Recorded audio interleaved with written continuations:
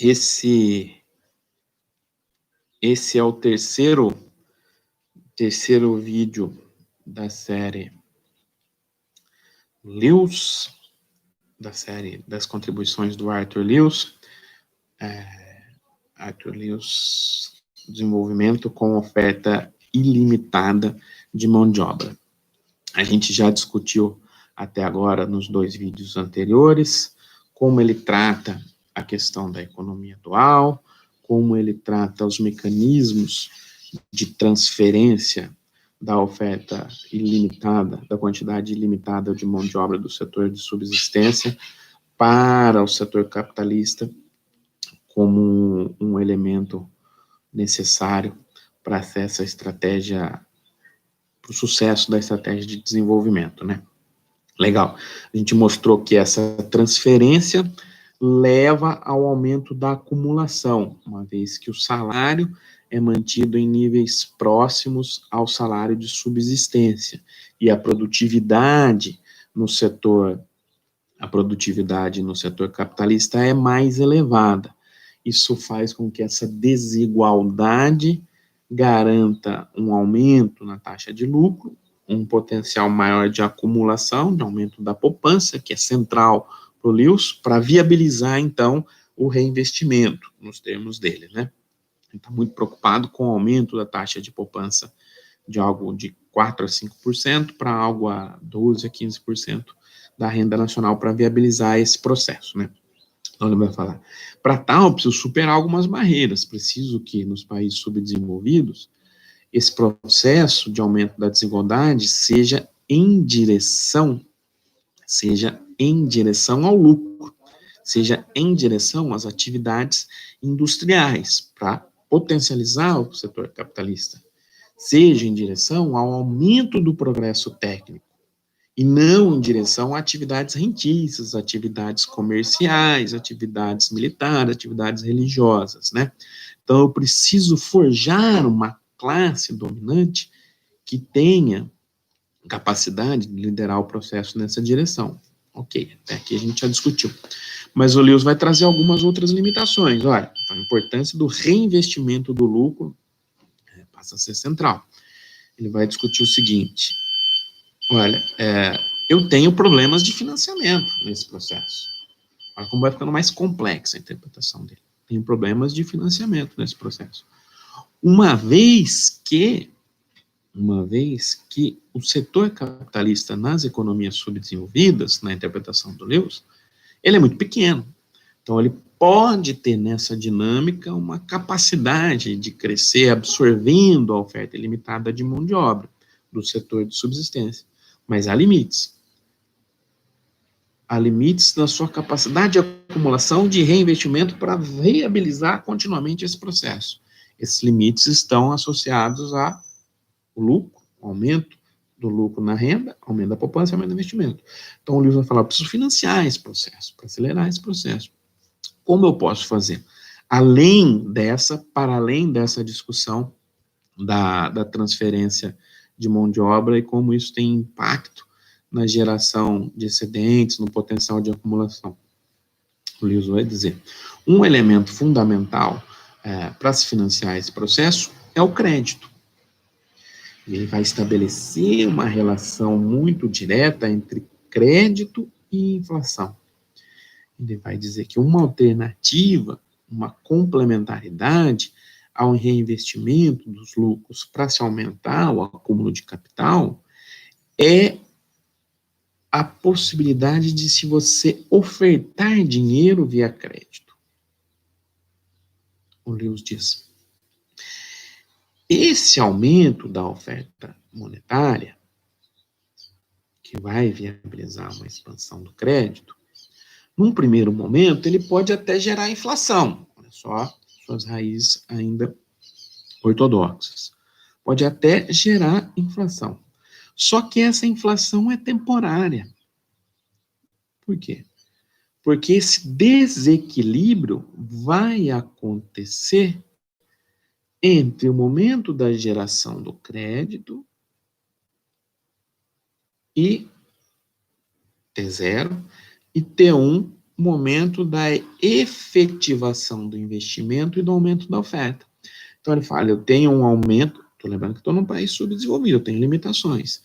Eu aumento a oferta monetária, aumento o crédito, isso pode gerar inflação, só que nesse interregno, eu estou construindo capacidade produtiva. Esse crédito precisa ser direcionado à capacidade produtiva industrial, associada ao progresso técnico, aumento de capital, como a gente já discutiu. Como eu estou avançando e aumentando a minha capacidade produtiva com esse investimento, quando a capacidade produtiva tiver já sido aumentada, cabeça do Lewis, aumentei a oferta, eu reduzo os efeitos negativos da inflação. Então, essa inflação é basicamente um fenômeno temporário. É um fenômeno temporário. Então, ele entende a inflação e o crédito quase como desdobramentos faces de uma mesma moeda. E ele vai falar, o Estado tem que fazer isso também. Olha aqui a participação do Estado no planejamento para essa estratégia de desenvolvimento. Falou, o Estado deveria fomentar esse processo, mas deveria fomentar esse processo com a grande preocupação de fazer com que eu aumente a capacidade produtiva. E, além disso, deveria o Estado coordenar esse investimento em determinadas áreas. Então, deveria priorizar áreas que tivessem um retorno rápido e elevado. Retorno rápido e elevado. Então, olha a ideia, eu tenho um certo desequilíbrio, aumento da quantidade monetária, crédito, inflação, mas quando essa capacidade produtiva é efetivada, esse aumento, há uma redução da inflação. Então, quanto mais rápido for o meu retorno, e mais elevado e mais rápido for o retorno, menor esse desequilíbrio. Então, o Estado tem que ter isso em mente ao realizar esses investimentos. Ele não deve investir, a partir dessa lógica de desenvolvimento, em áreas que tenham retorno lento e exijam muito investimento. Por exemplo, as escolas, o Lewis vai colocar, dentro dessa lógica da transformação produtiva, né? Então, no final das contas, o Estado tem que garantir que todo esse processo de aumento da oferta monetária se concentre, no final das contas, nos industriais. Porque, nas palavras do Lewis, eles que têm a característica de capitanear esse processo, essa lógica de investimento associado ao progresso técnico e à inovação. Vale lembrar que o Lewis está fazendo essa discussão aqui em meados dos anos 50, né? As características da estrutura produtiva da indústria são muito distintas da lógica de acumulação atual, 2020, né? Legal. O Lewis vai dizer, olha, esse fenômeno, contornadas essas limitações, ele vai avançando, Numa economia fechada, ele tem alguns limites. Ele avança até o ponto em que há excesso de mão de obra. Até o ponto em que há uma oferta ilimitada de mão de obra, eu continuo pressionando os salários para baixo e a produtividade cada vez maior, porque eu estou incorporando capital, eu viabilizo uma taxa de acumulação maior e potencializo esse processo. Mas ele parece abstrair das questões de demanda, né? Totalmente, né? Tudo bem. Falou, então, até o momento em que eu vou incorporando esse trabalhador nesse movimento de transição dos setores duais, eu viabilizo esse processo numa economia fechada.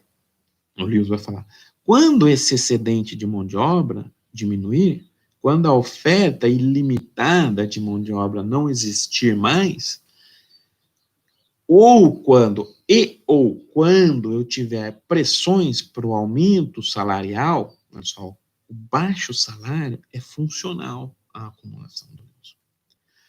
Voltando. Quando eu tiver pressões para o aumento dos salários, pressões de quaisquer naturezas, pressões derivadas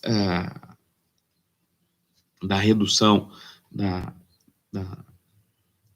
oferta ilimitada de mão de obra, pressão dos próprios trabalhadores por melhores salários, pressão derivada de maiores remunerações na produção agrícola e por aí vai. Tudo isso tenderia a barrar. o processo de desenvolvimento e o processo de acumulação.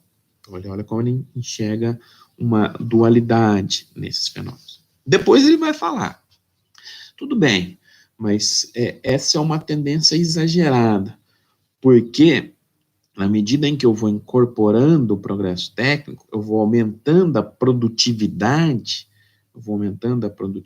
na economia, eu tenho um contra-efeito aqui. Posso até aumentar salários, mas a produtividade ao aumentar, ela contribui para o aumento do potencial de acumulação. Dado que eu estou, a partir de uma mesma unidade, pessoa produtiva, produzindo mais, eu tendo a ter um retorno maior. Então, a produtividade contrabalancearia um pouco esse processo. E em economias abertas, como funciona? O Lewis vai falar, olha, numa economia aberta, quando eu tiver o fim do excedente de mão de obra, a ideia é fazer com que haja transição desse excedente de mão de obra para o setor capitalista, qual seria o melhor caminho? Quais seriam os caminhos? Olha, eu posso atrair mão de obra imigrante, esse seria um caminho, então ele está sempre preocupado com a ideia de manter uma taxa de acumulação, que está baseada em salários mais baixos. Então, atrai imigrante, na leitura dele, para continuar pressionando os salários para baixo.